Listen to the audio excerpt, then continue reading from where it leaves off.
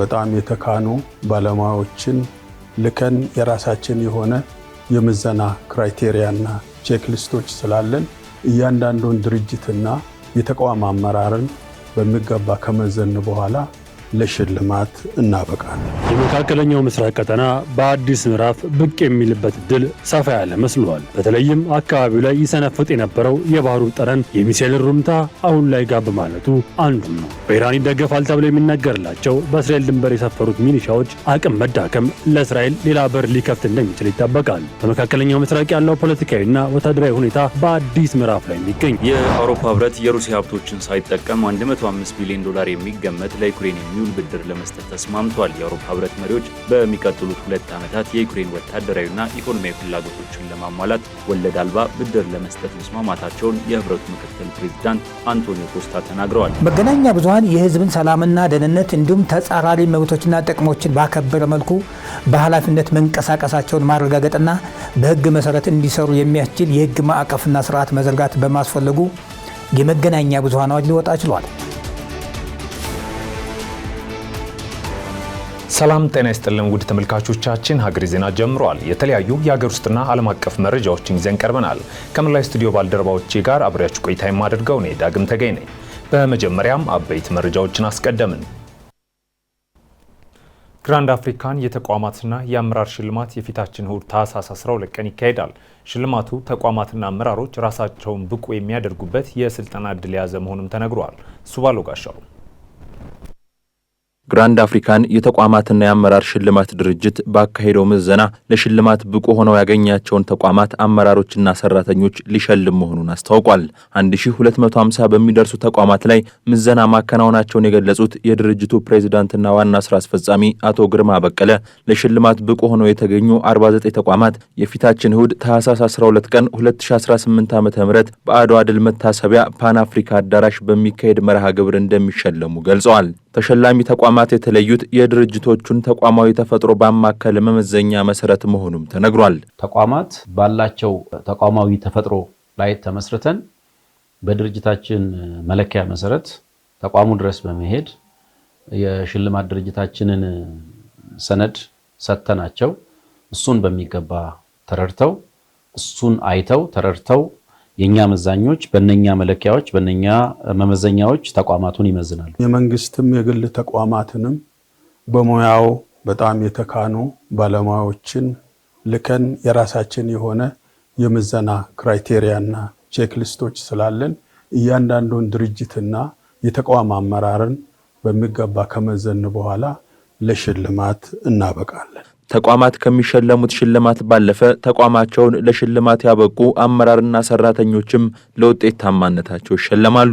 ይህ ሽልማት ተቋማት እንዲሁም ሰራተኞች ለተሻለ ስራ እንዲተጉ የሚያደርግ ስለመሆኑም ነው የሽልማት ድርጅቱ አመራሮች የጠቆሙት። በሽልማቱ ተቋሙ ይሸለማል፣ የተቋሙ መሪዎች ይሸለማሉ፣ ሰራተኞች ይሸለማሉ፣ መካከለኛ አመራሮች ይሸለማሉ።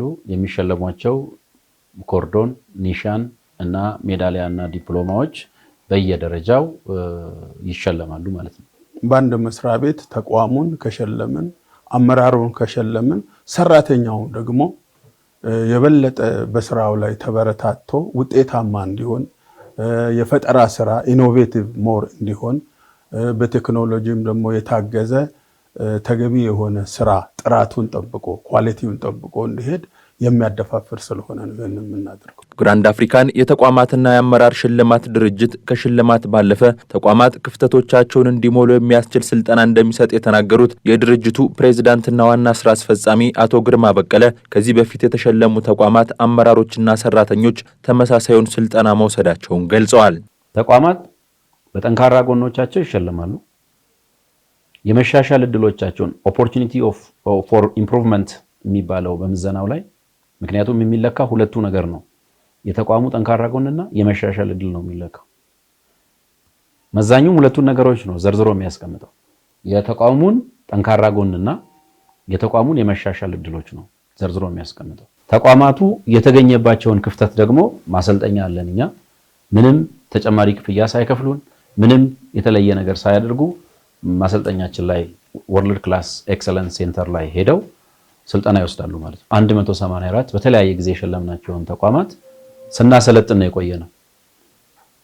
በዛ ጉዞ አንዳንዶቹ ተቋማት እጅግ በጣም ኤክሴል አድርገው ከዚህ በፊት በወርቅ ደረጃ ተሸልመው የነበሩ በዘንድሮ እንደገና በጣም ተሻሽለው ከ2 ዓመት በፊት በወርቅ ደረጃ ተሸልመው የነበረ ተቋም አሁን ራሱን በከፍተኛ ሁኔታ አሻሽሎ በዳይመንድ ደረጃ ተሸላሚ ሆኖ የመጣ ተቋምም አለ።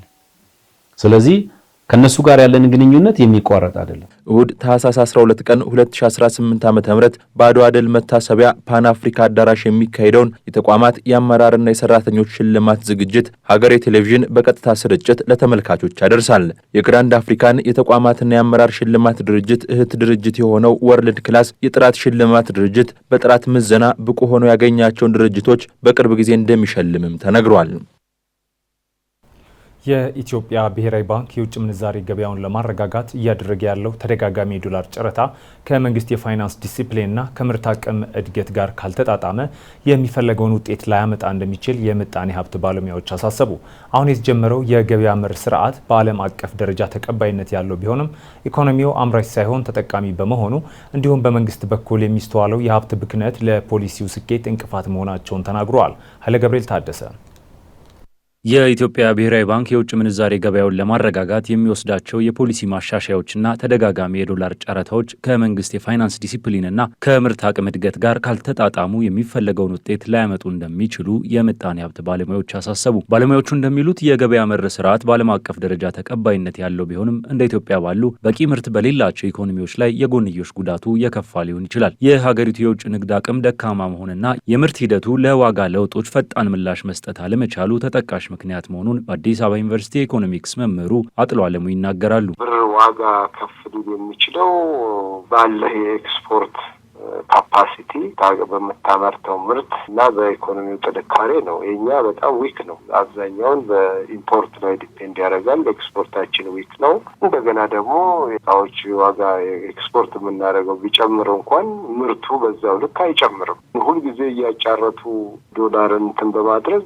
ሶሉሽን የለም። ያው የብሔራዊ ባንክ ስራው ይሄ ስለሆነ ይሰራል እንጂ ይሄ መሰረታዊ ለኢኮኖሚው ላይ መፍትሄ የሚሰጥ መድኃኒት የሚሆን እርምጃ አይደለም። ከምርት ውስንነት በተጨማሪም በመንግስት በኩል የሚስተዋለው የውጭ ምንዛሪ አስተዳደርና የህዝብ ሀብት አጠቃቀም ችግር ለኢኮኖሚው ማገገም እንቅፋት እንደሆነም ተጠቁሟል። በተለይም የገበያ መር ፖሊሲው እንደ ናይጄሪያና ዛምቢያ አይነት የዋጋ ንረት ውስጥ እንዳይከተን ጠንካራ የቁጥጥር ስርዓት እንደሚያስፈልግ የገለጹት ደግሞ የምጣኔ ሀብት ባለሙያው ዶክተር ቆስጠንጢኖስ በረ ተስፋ ናቸው። በየዓመቱ በዋና ኦዲተር ሪፖርት የሚቀርቡ የቢሊዮን ብሮች ብክነትም ለዚህ ማሳያ አድርገዋል። ከዚህ በላይ በፖሊሲ ደረጃ የምንጠብቀው ነገር በተግባር ደረጃ ግን ብዙ የምንጠብቃቸው ነገሮች አሉ። አንዱ ዋና ኦዲተር የሚያቀርቡት ሪፖርት ተወካዮች ምክር ቤት ያለው የሙስና መንሰራፋት፣ ገንዘቦች መጥፋት፣ ያለቁ ፕሮጀክቶች በጀት የተመደበላቸው ተብሎ ትላንት ሁሉ ሚዲያ ላይ ወጥቷቸዋል እና ይህንን መቅጣት ያስፈልጋል። በማዳበሪያም በኩል ሰሞኑን ያያችሁት አለ። እንደዚህ አይነት ችግር መፈታት ይኖርበታል። ሁለተኛ የህገወጥ ገንዘብ ዝውውር ነው። በትልቁ ደረጃ መቆጣጠር ሲገባ መቆጣጠር ያስፈልጋል እና እነዚህን ማድረግ ከቻልና መልካም አስተዳደር ውስጥ ከገባን ሽበስሩም በትልቅ ደረጃ ሊያሻሽለው የሚችል ነገር ነው። ሁለተኛ የውጭ ንግዳችንን ሊያሻሽለው የሚችል ነው። የኢኮኖሚክስ መምህሩ አጥሎ አለሙ በበኩላቸው የኢትዮጵያ ኢኮኖሚ መሰረታዊ ችግር የኤክስፖርት ምርቶች አይነትና ጥራት ላይ ያለ ክፍተት መሆኑን ጠቁመዋል። ሀገሪቱ ወደ ውጭ የምትልከው ያልተቀነባበሩ የግብርና ውጤቶች ሲሆኑ በምትኩ የምታስገባው ግን በውድ ዋጋ የተመረቱ የኢንዱስትሪ ውጤቶች በመሆኑ የንግድ ሚዛኑን እያዛባ ነው ሲሉ ተናግረዋል። ለዚህም የምርት ሂደቱን ከጥሬ ዕቃ ወደ ኢንዱስትሪ ውጤቶች ማሸጋገር እንደሚገባም አጽንኦት ሰጥተዋል። አገሪቱ ሙሉ ኃይሏን ወደ ማምረት እስካልሄደች ድረስ የሀገሪቱ መንግስትም ወጪው ከገቢው አነስተኛ ሆኖ እስካለ ድረስ እና ወደ ደግሞ ይሄ ሀገር ውስጥ ያለው የኢንቨስትመንት ሁኔታ ጨምሮ ያ ብቻ ሳይሆን ደግሞ የምርት ምርጫችንም ይሄንን ኤክስፖርት የምናደርገውንም ለሀገር ውስጥ የምንጠቀመውንም ወደ ኢንዱስትሪ መር እስካላደረግነው ድረስ ፕሮብሌሙ ይቀጥላል። በዚህ ይቀጥላል። ለምን ኤክስፖርታችን አግሪካልቸራል ነው። ብዙ የኢንዱስትሪ ምርቶችን ከውጭ እያመጣን እንደምንጠቀመው ከውጭ የምናመጣውን ለመሸፈን እንበደራለን። በሌላ በኩል ከባንክ ስርዓት ውጭ የሚንቀሳቀሰው የኮንትሮባንድ ንግድና የዲያስፖራ ገንዘብ በጥቁር ገበያ መቅረት የብሔራዊ ባንክ ጥረት ተጠባቂውን ውጤት እንዳያመጣ ማድረጉ ተነግሯል። በኮንትሮባንድ የሚገቡ ቀረጥ ያልተከፈለባቸው ምርቶች ግብር ከፍለው የሚያመርቱ የሀገር ውስጥ ፋብሪካዎች ከገበያ እያስወጡ በመሆናቸው መንግስት የህግ የበላይነትና የሀገሪቱን ሰላም ማስከበር ላይ ትኩረት እንዲያደርግ ባለሙያዎቹ ምክረ ሀሳብ አቅርበዋል። የእስራኤል መከላከያ ሰራዊት በሊባኖስ በሚገኙ የሄዝቦላህ አባላትና የጦር መሳሪያ ማከማቻዎች ኢላማ ያደረገ ጥቃት መፈጸሙን አስታውቋል። የጥቃቱ ሄዝቦላ ትጥቅ እንዲፈታ ጫና ለማድረግ እንደሆነ ብትገልጽም የሄዝቦላ መሪዎች ግን እስራኤል የሊባኖስን ግዛት በወራ በያዘችበትና በምትደበድብበት ሁኔታ ትጥቅ እንደማይፈቱ በጽኑ አስታውቋል። ሚኪያስ ኃይሌ የመካከለኛው ምስራቅ ቀጠና በአዲስ ምዕራፍ ብቅ የሚልበት ድል ሰፋ ያለ መስሏል። በተለይም አካባቢው ላይ ይሰነፍጥ የነበረው የባህሩ ጠረን የሚሳኤል ሩምታ አሁን ላይ ጋብ ማለቱ አንዱም ነው። በኢራን ይደገፋል ተብሎ የሚነገርላቸው በእስራኤል ድንበር የሰፈሩት ሚሊሻዎች አቅም መዳከም ለእስራኤል ሌላ በር ሊከፍት እንደሚችል ይጠበቃል። በመካከለኛው ምስራቅ ያለው ፖለቲካዊና ወታደራዊ ሁኔታ በአዲስ ምዕራፍ ላይ ይገኛል። በአንድ በኩል በጋዛ ያለው ጦርነት ለማቆም የሚደረጉ ጥረቶች በአዲስ መልክ በአሜሪካዋ ሚያሚ የተጀመረ ሲሆን በሌላ በኩል በሊባኖስ ውጥረት እያገረሸ መጥቷል። በተመሳሳይ ጊዜ ኢራንና ሩሲያ የምዕራባውያንን ማዕቀብ ለመመከት ያላቸውን አጋርነት እያጠናከሩም ነው። እነዚህና መሰል ጉዳዮች አካባቢው ላይ ሌላ ውስብስብ ጉዳዮች ይጀምራሉ። በአዲስ መልክ በአካባቢው ይረጋጋል የሚለው ትኩረትን እንደያዙ በቀጠናው ላይ ትኩረት የሚያደርጉ ባለሙያዎች ይናገራሉ። የእስራኤል ጦር ከአንድ ዓመት በፊት የተደረሰው የተኩስ አቁም ስምምነት በመጣስ በትናንትናው ዕለት በደቡባዊና ምስራቃዊ ሊባኖስ የተለያዩ አካባቢዎች ላይ የአየር ድብደባ መፈጸሙን ተዘግበዋል። የአልጀዚራ ዘጋቢዎች እንዳሉት ከሆነ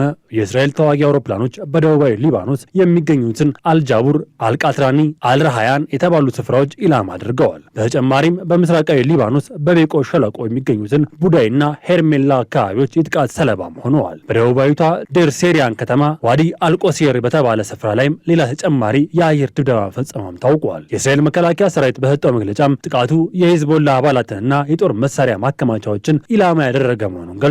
እስራኤል ይህን እርምጃ የምትወስደው ሂዝቦላ ትጥቅ እንዲፈታ ጫናን ለማድረግ እንደሆነ ብትገልጽም የሂዝቦላ መሪዎች ግን እስራኤል በሊባኖስ ግዛት ውስጥ በወራ በያዘቻቸውና በምትደበድብበት ሁኔታ ትጥቅ እንደማይፈቱ በጽኑ አስታውቀዋል። በሁለቱ ወገኖች መካከል ያለው ግጭት ይበልጥ የከረረና ከሳምንት በፊት እስራኤል በቤይሩት ደቡባዊ ዳርቻ በፈጸመችው ጥቃት የሂዝቦላ ከፍተኛ የጦር አዛዥ የነበሩት ሀያታም አሊ ታባያን መገደልን ተከትሎ ነው። ሂዝቦላ እስካሁን ለዚህ ግድያ አጸፋዊ እርምጃ ባይወስድም በትክክለኛው ጊዜና ቦታ ምላሽ እንደሚሰጥም ዝቷል። የተባበሩት መንግስታት ድርጅት ባወጣው ሪፖርት እንደ አውሮፓውያን አቆጣጠር 2024 መጨረሻ በተኩስ አቁም ስምምነት ተግባራዊ ከሆነ ወዲህ ቢያንስ 127 ንጹሃን ሰዎች በእስራኤል ጥቃት መገደላቸውም ተገልጸዋል። የተመድ ባለስልጣናት እነዚህ ጥቃቶች የጦር ወንጀል ሊባሉ እንደሚችሉ በማስጠንቀቅ ድርጊቱን በጽኑም ኮንነዋል። ይህ ጥቃት የተፈጸመው ሁለቱ ሀገራት ተኩስ አቁም ሂደት የሚከታተል የሲቪል ተወካይ ኮሚቴ ለመጀመሪያ ጊዜ በላኩበት ወቅት መሆኑ ሁኔታውን አሳሳቢም አድርጎታል። ይሁን እንጂ የሂዝቦላ መሪ ናይም ቃሲም የሊባኖስ መንግስት የቀድሞውን አምባሳደር ሲሞን ካርማን ወደ ድርድር መላኩን ክፉኛ ነቅፈዋል። ቃሲም ይህ እርምጃ ለእስራኤል የተሰጠ ነጻ ስጦታ ነው ሲሉ ገልጸውታል። የሊባኖስ ባለስልጣናት እስራኤል በየቀኑ በሊባኖስ ሉዓላዊነት ላይ የምትፈጽመው ጥቃትና የተኩስ አቁም ጥሰት ዓለም አቀፍ ማህበረሰቡ ጣልቃ እንዲገባም ጥሪ እያቀረቡ ይገኛሉ። በጋዛ ያለውን ድርድር በሚያሚ ሲካሄድ በሊባኖስና በእስራኤል ድንበር ላይ ግን ወታደራዊ ግጭቱ እንደቀጠለም ነው። እስራኤል በደቡባዊ ሰሜን ምስራቅ ሊባኖስ ላይ ተከታታይ አየር ድብደባዎች የፈጸመች ሲሆን ይህ ጥቃት የተፈጸመው ሂዝቦላ ትጥቅ እንዲፈታ የተቀመጠውን የጊዜ ገደብ ከመቃረቡ አንድ ቀን ቀደም ብሎ ነው። በፈረንሳይ ዋና ከተማ ፓሪስ የሊባኖስ ጦር አዛዥ ጄኔራል ሮድፎ ሃይካል ዩናይትድ ስቴትስና ከፈረንሳይ እንዲሁም ከሳዑዲ አረቢያ ባለስልጣናት ጋር ተገናኝተዋል። ውይይቱ ያተኮረው የሊባኖስ ጦር በደቡባዊ ድንበር ላይ ያለውን የጦር አቅም እንዲያጠናክር እንዴት ድጋፍ ማድረግ ይቻላል በሚለውም ላይ ነበር። የፈረንሳይ የውጭ ጉዳይ ሚኒስትር እንደገለጸው በየካቲት ወር የሊባኖስ ጦር ለመርዳት የሚያስችል ትልቅ ጉባኤ ይካሄዳል። የሊባኖስ መንግስት እስከ ዓመቱ መጨረሻ ድረስ ከሊታን ወንዝ በስተደቡብ ያለውን አካባቢ ከሂዝቦላ ጦር መሳሪያ ነጻ ለማድረግ ቃል ገብቷል። ጄኔራል ሃይካል የሊባኖስ ጦር ስምምነት በተቀመጠው ጊዜ ገደብ ውስጥ ለመተግበር ቁርጠኛ መሆኑን ገልጸዋል። እስራኤል የፈጸመችውን ጥቃቶች የሂዝቦላ የስልጣን ማዕከልና የመሳሪያ ማከማቻ ያነጣጠሩ መሆናቸውን ገልጻለች። ሆኖም የሊባኖስ ፓርላማ አፈ ጉባኤ ናቢህ ቤሪ ጥቃቱ ነገ ለሚካሄድ የተኩስ አቁም ክትትል ኮሚቴ ስብሰባ እስራኤል የላከችው የሰዓት መልእክት ነው ሲሉ ኮንነዋል። በሊባኖስ በኩል ባለው ግጭት እስካሁን 127 ሲቪሎች እንደተገደሉም የተባበሩት መንግስታት ድርጅት አስታውቀዋል። በሌላ በኩል የዩናይትድ ስቴትስ ፕሬዚደንት ዶናልድ ትራምፕ ልዩ መልእክተኛ ስቲቭ ዊትኮፍ በጋዛ ያለው የተኩስ አቁም ስምምነት ወደ ቀጣይ ወደ ሁለተኛው ዙር አስቸጋሪ ምዕራፍ ለማሸጋገር ዓላማ ያደረገ ስብሰባ በዛሬው ዕለት በሚያሚ ያስተናግዳሉ። በስብሰባው ላይ በጋዛ ጉዳይ አደራዳሪ የሆኑት የኳታር የግብፅና የቱርክ ከፍተኛ ባለስልጣናት እንደሚገኙም ሰምተዋል። ይህ ስብሰባ እስካሁን በይፋ ያልተገለጸ ቢሆንም አንድ የውጭ ጉዳይ መስሪያ ቤት ባለስልጣን እንደገለጹት ዋና ዓላማው ባለፈው ጥቅምት 10 ቀን ስራ ላይ የዋለውንና ሁለተኛ ምዕራፍ የተኩስ አቁም ስምምነት አፈጻጸም ላይ ለመወያየት መሆኑን ተናግረዋል። የስምምነቱ ሁለተኛው ምዕራፍ እጅግ ውስብስብ የሆኑ ነጥቦችን የያዘም ነው። እነዚህም የዓለም አቀፍ የጸጥታ ኃይል በጋዛ ማሰማራት፣ በዓለም አቀፍ ደረጃ የሚቆጣጠር ቴክኖሎጂን፣ የጋዛ አስተዳደር ማቋቋም፣ የሐማስ ታጣቂዎች ትጥቃቸውን ማስፈታት፣ የእስራኤል ጦር ከጋዛ ሙሉ በሙሉ እንዲወጣ ማድረግ የያዙ መሆናቸውም ሰምተዋል። እነዚህ ጉዳዮች ላይ በአሜሪካና አጋሮቿ ብቻ ሳይሆን በታጣቂ ቡድኖቹ ዙሪያ እንዳሉ የሚነገርላቸው የሙስሊምና የአረብ ሀገራት መንግስታት ጭምር የሚያስፈልጉበትም ነው። እንዲሁም እጅግ ውስብስብ የሆነ ፖለቲካዊ ጉዳዮች የያዙ በመሆናቸው ቀላል እንደማይሆን እየተነገረም ይገኛል። የአውሮፓ ህብረት መሪዎች ዩክሬን በሚቀጥሉት 2 ዓመታት የሚገጥማትን ወታደራዊና ኢኮኖሚያዊ ፍላጎቶች ለመሸፈን የሚረዳ የ90 ቢሊዮን ዩሮ ከወለድ ነጻ ብድር ለመስጠት መስማማታቸውን አስታውቀዋል። ኃይለ ገብርኤል ታደሰ ተጨማሪ አለው።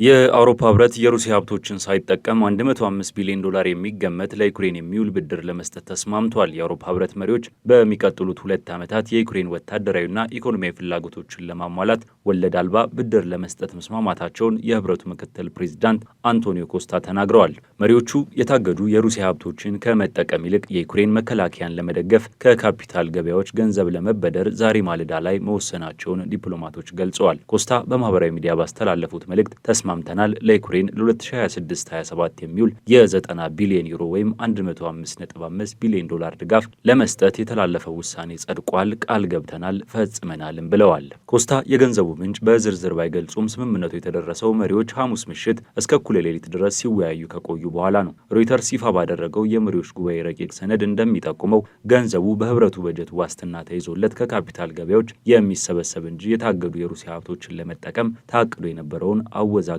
እቅድ አካል አይደለም ተብሏል። በተመሳሳይ ጊዜ የአውሮፓ ህብረት መንግስታትና የአውሮፓ ፓርላማ በሩሲያ ማዕከላዊ ባንኮች ሀብቶች ላይ የተመሰረተ ለዩክሬን የሚሰጥ ብድርን ለማመቻቸት ግን አሁንም ውይይቶቹ ቀጥለዋል። ስምምነቱ ለዩክሬን የገንዘብ ድጋፍ ለማድረግ ያልፈለጉትን የሃንጋሪ፣ ስሎቫኪያና ቼክ ሪፐብሊክ የፋይናንስ ግዴታዎችን አይነካም ተብሏል። የሩሲያ ፕሬዚዳንት ቭላዲሚር ፑቲን የኢንቨስትመንትና ኢኮኖሚ ትብብር ልዩ መልእክተኛ ኪሪል ዲሜትሪቭ የአውሮፓ ህብረት መሪዎች የሩሲያ ሀብቶችን ከመጠቀም ይልቅ ገንዘብ ለመበደር መወሰናቸውን ተከትሎ ህግና አስተሳሰብ አሸንፈዋል ብለዋል። ዲሜትሪቭ በኤክስ ገጻቸው ላይ ይህ በኡርሱላ ቮንደር ላየር ለሚመራው የአውሮፓ ህብረት ጦርነት ናፋቂዎች ትልቅ ሽንፈት ነው ሲሉ ገልጸዋል። ዩክሬን ይህንን ብድር ለህብረቱ የምትመልሰው ከሞስኮ የጦርነት ካሳ ስትቀበል ብቻ ይሆናል። እስከዚያው ድረስ የሩሲያ ሀብቶች ታግደው የሚቆዩ ሲሆን ህብረቱም ብድሩን ለመመለስ በእነዚህ ሀብቶች የመጠቀም መብቱ የተጠበቀ መሆኑን ሰነዱ ያሳያል። ይህ ውሳኔ የተላለፈው በታገዱ የሩሲያ ሀብቶች ላይ ተመስርቶ ብድር ለመስጠት የሚነሱ ቴክኒካዊና ህጋዊ ጉዳዮች በዚህ ደረጃ ለመፍታት እጅግ ውስብስብ በመሆናቸው እንደሆነ ዲፕሎማቶች ገልጸዋል። ዋናው ችግር አብዛኛው የሩሲያ ሀብት የሚገኝባት ቤልጂየም ከሩሲያ ሊመጣ የሚችል ህጋዊና የፋይናንስ አጸፋ መጠበቅ የምትችልበት ዋስትና ማጣት ነው። ቮሎዲሚር ዜሌንስኪ ሀገራቸው በጥቂት ወራት ውስጥ የገንዘብ እጥረት እንደሚገጥማትና ድጋፉ እስከ ጸደይ ካልደረሰ የድሮን ምርትን ለመቀነስ እንደምትገደድ ተናግረዋል። በብራሰልስ የተካሄደው ይህ ጉባኤ በጦርነቱ ወሳኝ ወቅት ላይ የመጣ ሲሆን ሩሲያ በበኩሏ ገንዘቧን ለማስመለስ በሞስኮ ፍርድ ቤት በዩሮክሊር ላይ ክስ መስርታለች። ዜሌንስኪ ዩክሬን በሚቀጥለው ዓመት ከ45 እስከ 50 ቢሊዮን ዩሮ ጉድለት እንደሚገጥማት ገልጸው ነበር። ይህ በእንዲህ እንዳለ የአሜሪካው ፕሬዚዳንት ዶናልድ ትራምፕ በሰጡት መግለጫ በዩክሬን ያለውን ጦርነት ለማስቆም የሚደረጉ ንግግሮች ወደ አንድ ውጤት እየተቃረቡ እንደሆነ እንደሚያምኑ ገልጸዋል። ትራምፕ ዩክሬን በፍጥነት እንደምትራመድ ተስፋ አድርጋለሁ ብለዋል። የትራምፕ መልእክተኛ በዚህ ሳምንት መጀመሪያ ላይ በበርሊን ከዩክሬን ልዑካን ጋር የተወያዩ ሲሆን ሁለቱ ወገኖች ብዙም የማይራራቁ መሆናቸውን በመገንዘብ ተመልሰዋል የተባለው። ሆኖም ሩሲያ የዩክሬን ግዛቶች በቁጥጥሯ ስር ለማቆየት የምታደርገው ጥረት አሁንም ዋነኛ አወዛጋቢ ጉዳይ ሆኖ ቀጥሏል። በቀረበው የሰላም እቅድ መሰረት ዩክሬን ከኔቶ አንቀጽ 5 ጋር የሚመሳሰል የደህንነት ዋስትና ልታገኝ ትችላለች ተብሏል። ከዚሁ ጋር በተያያዘ የክሬምሊን መልእክተኛ በሚያሚ አሜሪካ የሰላም እቅድ ለመወያየት ቀጠሮ መያዛቸው ይፋ ተደርጓል። የሩሲያ ሉዓላዊ ሀብት ፈንድ ኃላፊ የሆኑት ኪሪል ዲሜትሪቭ ቅዳሜ ዕለት በሚያሚ ከትራምፕ መልእክተኛ ስቲቭ ዊትኮፍ እና ከጃሬድ ኩሽነር ጋር እንደሚገናኙ አንድ ስማቸው ያልተጠቀሰ የአሜሪካ ባለስልጣን ተናግረዋል።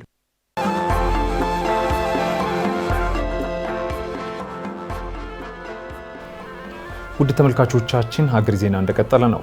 አጫጭር ወዳልናቸው መረጃዎች አለፍን። የሶማሊያው ፕሬዝዳንት ሐሰን ሼክ መሐመድ ለአንድ ቀን የስራ ጉብኝት አዲስ አበባ ገብተዋል። ፕሬዝዳንቱ ከጠቅላይ ሚኒስትር አብይ አህመድ ጋር መወያየታቸው የተነገረ ሲሆን መሪዎቹ ባለፈው አንድ ዓመት ውስጥ በሁለቱ ሀገራት መካከል ሲከናወን የቆዩ የሁለትዮሽ ግንኙነት ውይይቶችን መሰረት በማድረግ ምክክር ማድረጋቸው ታውቋል። ጠቅላይ ሚኒስትር አብይ አህመድ በማህበራዊ ትስስር ገጻቸው ባስተላለፉት መልእክት ውይይቱ በሁለቱ ሀገራት መካከል ያለውን ግንኙነት ይበልጥ ለማጠናከርና የጋራ የሆኑ የቅድሚያ ጉዳዮች በጋራ ለመከወን ትልቅ አስተዋጽኦ ያለው መሆኑን ገልጸዋል። የሀሳብ ልውውጡ በተለይም በጸጥታ በንግድና በኢኮኖሚያዊ ትብብር ዙሪያ ያተኮረ እንደነበርና በውጤቱም ፍሬያማ መግባባት ላይ መደረሱን የጠቅላይ ሚኒስትሩ መረጃ ያመላክታል። ይህ ስምምነትና የግንኙነት ጥንካሬ በተለይ በአሁኑ ወቅት በቀጠናው ለሚታዩ የጸጥታ ፈተናዎች የጋራ ምላሽ ለመስጠት የሚደረገውን ጥረት የሚያጠናክር ተስፋ ተጥሎበታል። መሪዎቹ በቀጣይም በጋራ በጀመሯቸው የልማት ፕሮጀክቶችና በቀጠና የሰላም ግንባታ ተግባራት ላይ በቅንጅት ለመስራት መስማማታቸው ተገልጿል።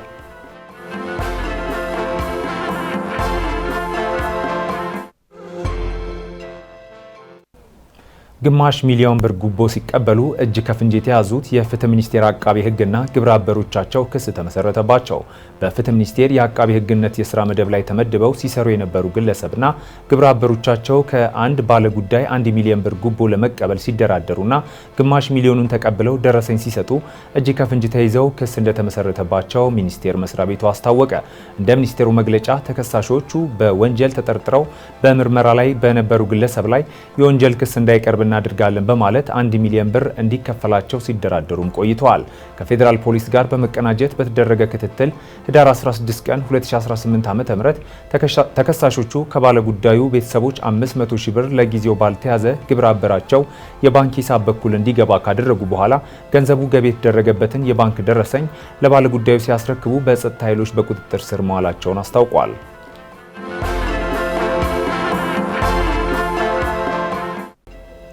የአእላፋት ሳምንት አውደ ርዕይና የፎረም መድረክ ሊካሄድ መሆኑ ተገልጿል። በኢትዮጵያዊው ጃንደረባ ትውልድ የተዘጋጀው አውደ ርዕዩ ከታህሳስ 16 እስከ 23 ቀን 2018 ዓ.ም ድረስ እንደሚካሄድ ማህበሩ ዛሬ በሰጠው መግለጫ አስታውቋል። የማህበሩን አገልግሎቶች ማሳየት፣ በአብያተ ክርስቲያናቱ የሚገኙ ቀደምት ሊቃውንትንና የታሪክ ሰዎችን መዘከር፣ የተለያዩ ጥናታዊ ጽሑፎችን በዘላቂነት በማሳተም ማሰራጨት የአውደ ርዕዩ ዋነኛ ዓላማዎች ናቸውም ተብሏል። አንደኛው የኢጃትን ዘርፈ ብዙ አገልግሎት ማስተዋወቅ ነው። ሌላው የቤተክርስቲያን ሊቃውንት እንዲታሰቡ ማድረግ ነው። ዋኖቻቸውን አስቡ ይላል ቅዱስ መጽሐፍ። መዘከር አለብን፣ ማሰብ አለብን። አባ ጊዮርጊስ ዘጋስጫ 600ኛ ዓመቱ ይከበራል።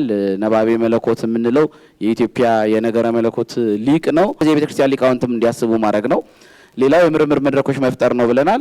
የህፃናት የአእላፋት ዝማሬ ለባለፉት 2 ዓመታት ሲደረግ ነበር በቦሌ መድኃኔዓለም እንታቁት ነው። ስለዚህ አሁንም ይህንኑ በተሻለ ስፋት በተሻለ ጥልቀት ህፃናት ጥሩ በነፃነት የሚንቀሳቀሱበት ቦታ አግኝተው እንዲሁ ደግሞ የእግዚአብሔርን ቃል ልደቱንም እንዲያከብሩ የአእላፋትን ዝማሬ እንዲያከናውኑ የማድረጊያ ፕላትፎርም ነው። የመጨረሻ ኦርቶዶክሳውያን ቢዝነሶች መደጋገፍ አለባቸው፣ መረዳዳት አለባቸው። ስለዚህ አንዱ አንዱን ማወቅ አለበት። በስራ ዘርፍ ላይ የተሰማሩ እንግዲህ ኢኮኖሚክሊም ቢውልድ ማድረግ አለብን ራሳችንን ነው። በአውደ ርዕዩ የተለያዩ ማህበራትና ጉባኤ ቤቶች ስራዎቻቸውን እንዲያቀርቡ መመቻቸቱን ተጠቁሟል። ላለፉት 3 ዓመት የአእላፋት ዝማሬን በአደባባይ በማዘጋጀት ኩነት የሚታወቀው ማህበሩ በዘንድሮ ዓመት የሚኖረውን የበዓለ ልደት የአእላፋት ዝማሬን አስመልክቶ ለቀረቡለት ጥያቄዎች በቀጣይ ራሱን የቻለ ጋዜጣዊ መግለጫ ላይ ዝርዝሩን ይፋ እንደሚያደርግ አስታውቋል። ከሀገር ማዶ ያገኘናቸው መረጃዎች አለፍን። የሱዳን ሉዓላዊ ምክር ቤት ሊቀመንበርና የጦር መሪ ጀነራል አብዱልፈታህ አልቡርሃን በሱዳን ያለውን ጦርነት ለማቆም በሚቻልባቸው ሁኔታዎች ላይ ከግብፁ ፕሬዝዳንት አብዱልፈታህ አልሲሲ ጋር ካይሮ ውስጥ መወያየታቸው ተነግሯል። ውይይቱ የተካሄደው አልቡርሃን በሳውዲ አረቢያ ካደረጉት የዲፕሎማሲ ጉብኝት ማግስት ነው። ፕሬዝዳንት አልሲሲ ግብፅ ለሱዳን የግዛት አንድነት ያላትን ጽኑ አቋም ገልጸው የሀገሪቱን አንድነት የሚፈታተኑ አካላትን እንደማትቀበልም አስታውቀዋል። ግብፅ የሱዳን ሉዓላዊነት እንዳይጣስ ቀይ መስመሮች እንዳሏትና በሁለቱ ሀገራት የጋራ መከላከያ ስምምነት መሰረት አስፈላጊውን እርምጃ እንደምትወስድ አስጠንቅቀዋል። በሱዳን ጦርና በፈጥኖ ደራሽ ኃይሎች መካከል ከሚያዝያ 2015 ጀምሮ በቀጠለው ግጭት ከ40 ሺህ በላይ ሰዎች መገደላቸውና 14 ሚሊዮን የሚሆኑት ደግሞ ከቀያቸው መፈናቀላቸውን አስታውሶ የዘገበው አፍሪካ ኒውስ ነው።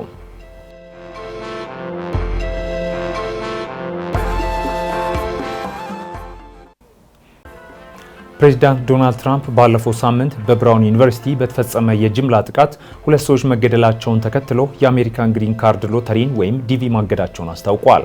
በዚህ ፕሮግራም አሜሪካውያን ከእንግዲህ እንዳይጎዱ ለማረጋገጥ በሚል ትራምፕ በሰጡት መመሪያ መሰረት የቪዛ መርሃ ግብሩን ለጊዜው እንዲቋረጥ መደረጉን የሀገር ውስጥ ደህንነት ሚኒስትር የሆኑት ክሪስቲ ኖም ተናግረዋል። የአሜሪካ ባለስልጣናት ተጠርጣሪው የ48 ዓመቱ ክላውዲዮ ኔቭስ በዚህ ሳምንት መጀመሪያ ላይ የማሳቹሴትስ የቴክኖሎጂ ተቋም ፕሮፌሰር ኑኖ ገድሏል ብሎ እንደሚያምኑም ተናግረዋል። የዲቪ ሎተሪ ፕሮግራሙ በአሜሪካ በስደተኝነት በቂ ድርሻን ላላገኙ ሀገራት ዜጎች በየዓመቱ 50,000 ቪዛዎችን ይሰጣል። ይህ ደግሞ የአሜሪካ ዜግነትን ለማግኘት በር ከፋሽ ነው ሲል ቢቢሲ ዘግቧል።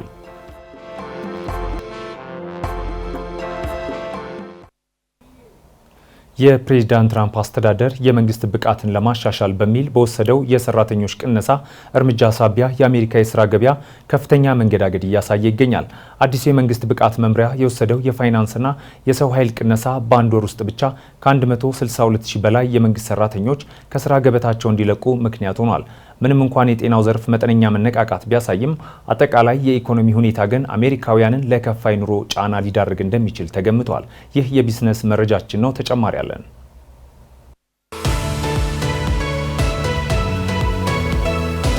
ለረጅም ጊዜ የዓለም ኢኮኖሚ ሞተርና የጥንካሬ ምልክት ሆኖ ሲጠቀስ የነበረው የአሜሪካ የስራ ገበያ አሁን ላይ አዲስና አሳሳቢ ወደሆነ የታሪክ ምዕራፍ እየተሸጋገረ ነው። የኢኮኖሚ ጤንነት መለኪያ የሆነው ይህ ዘርፍ ለዓመታት የዘለቀውን የስራ ዕድል ፈጠራ ጉዞ ገጥቶ አሜሪካን ወደ የስራ ዕድል ማጣት ወይም በኢኮኖሚስቶቹ ቋንቋ ጆብ ረስሽን ወደ ተባለ ቀውስ እየወሰዳት ይመስላል። ሰሞኑን የወጣው የቢሮ ኦፍ ሌበር ስታቲስቲክስ አዲስ መረጃ እንደሚያሳየው የአሜሪካ የስራ አጥነት ቁጥር ባለፉት 4 ዓመታት ውስጥ ወደማይታወቅበት ከፍተኛ ደረጃ በማሻቀብ 4.6 በመቶ ደርሷል። ይህ ቁጥር በራሱ ብቻ የአደጋ ምልክት ሲሆን በህዳር ወር የተፈጠረው 64,000 አዲስ የስራ ዕድልም ቢሆን ከጥቅምት ወር አስደንጋጭ የ100,000 የስራ ቦታዎች ውድመት ጋር ሲነጻጸር ኢኮኖሚው እያገገመ ሳይሆን የተንገዳገደ መሆኑን አመላካች ሆኗል። ይህ የኢኮኖሚ ሪፖርት ግን በደረቅ ቁጥሮች ብቻ የተወሰነ አይደለም። ከበስተጀርባው ታሪካዊና ውስብስብ ክስተቶችን አዝሏል። መረጃው የተሰበሰበው በአሜሪካ ታሪክ ረጅሙ በተባለው የፌዴራል መንግስት ስራ መዘጋት ጥላ ስር ነው። ከጥቅምት 1 እስከ ህዳር 12 በዘለቀው በዚህ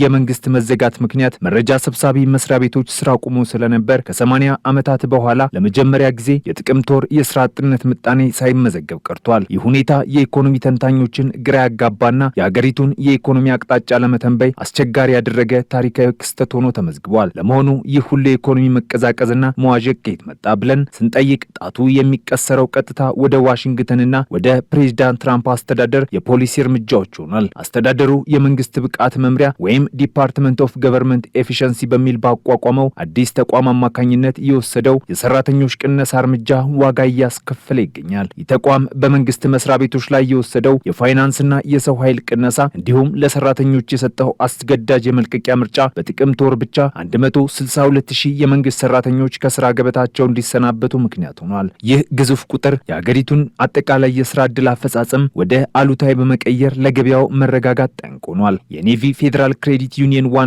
ኢኮኖሚስት ሄዘር ሎንግ ሁኔታውን ሲገልጹት አሜሪካ አሁን ያለችው በስራ ዕድል ድቀት ውስጥ ነው ይላሉ። እንደሳቸው ትንታኔ ባለፉት 6 ወራት ውስጥ ኢኮኖሚው በ3 ወራት ማለትም በሰኔ፣ ነሐሴና ጥቅምት የስራ ቅነሳ አሳይቷል። ይህ ደግሞ ከ4 ዓመታት በላይ ከዘለቀው ተከታታይ የስራ ዕድል ፈጠራ በኋላ የመጣ የመቀልበስ ሂደት ነው። በዚህ የኢኮኖሚ ውጥረትና የሰራተኞች ቅነሳ ማዕበል ውስጥ ግን ሁሉም ዘርፎች አልወደቁም። የጤናው ዘርፍ አሁንም እንደ ዋነኛ የኢኮኖሚ ደም ስር ሆኖ በመቀጠል የሕክምና ፍላጎት በመጨመሩ በህዳር ወር ብቻ 64 ሰራተኞችን ቀጥሯል። የግንባታው ዘርፍም መጠነኛ መነቃቃት አሳይቷል። በተቃራኒው ግን የማምረቻ ኢንዱስትሪዎች፣ የትራንስፖርትና የመዝናኛ ዘርፎች ሰራተኞችን በመቀነስ ላይ ናቸው። ዓመቱ ሊጠናቀቅ 1 ወር ብቻ በቀረው በዚህ ወቅት የ2025 የአሜሪካ የስራ ገበያ ሁኔታ ከታላቁ የኢኮኖሚ ድቀትና ከ2020 ወዲህ እጅግ ደካማው ዓመት ሆኖ ሊመዘገብ ተቃርቧል። የፌዴራል ሪዘርቭ ወይም ዘፌድ ሁኔታውን ለማረጋጋትና ኢኮኖሚውን ለማነቃቃት የወለድ ምጣኔን በተከታታይ እየቀነሰ ቢሆንም የገንዘብ ፖሊሲ ለውጦች ተጽዕኖ አሳይተው ኢኮኖሚውን እስኪያስተካክሉ ድረስ ጊዜ የሚጠይቅ በመሆኑ አሜሪካውያን በቀጣይ ወራትም የዚህን የስራ ዕድል ድቀት ጫና መሸከማቸው የማይቀር ይመስላል።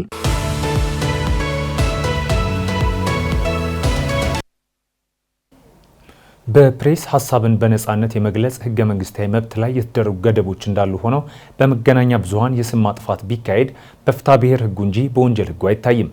በመገናኛ ብዙሃን ስለሚጠፋ ስም ህጉ ምን ይላል? የዛሬው ከጠበቃው ጋር ጥንቅራችን ትኩረት ነው። ተከታትለን እንመለስ።